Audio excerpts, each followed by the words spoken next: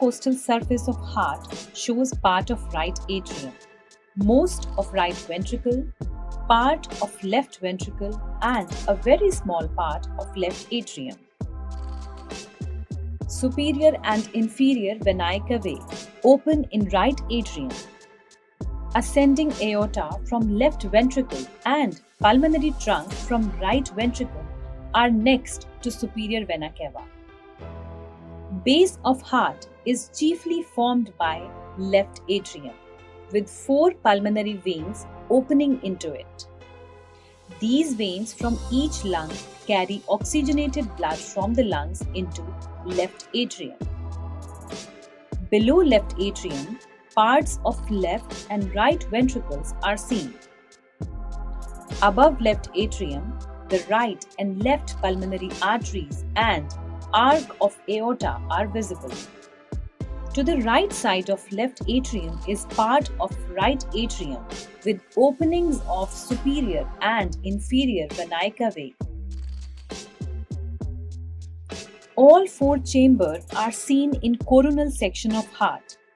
There is right atrium with tricuspid valve, right ventricle with pulmonary valve, left atrium with mitral valve, and left ventricle with aortic valve. Above the heart are right and left pulmonary arteries, arc of aorta with its branches, left brachiocephalic joining right brachiocephalic to form superior vena cava. Veins start from periphery to reach the right atrium of heart. Conducting tissue of heart comprises of the sinoatrial node, the atrioventricular node, the bundle of His and its 2 branches, one branch for right ventricle and one branch for left ventricle. The Purkinje system present in the ventricles. The impulse for the heartbeat originates in sinoatrial node and is conducted to atrial muscle. The impulse which originated in the SA node spreads in both atria and reaches AV node, AV bundle, its right and left branches and Purkinje fibers, which send nerve impulses to the cells in the ventricles of the heart. These impulses cause them to contract and pump blood. P wave, atrial depolarization caused by the electrical potentials generated in the atria prior to contraction. PQ interval, impulse passage through AV node caused by potentials generated in the ventricles prior to contraction. QRS, ventricular depolarization. T wave, ventricular repolarization caused by potentials generated as the ventricles relax. For first figure, diastole or relaxation period starting from top 1, right side of heart shows tricuspid and pulmonary valves.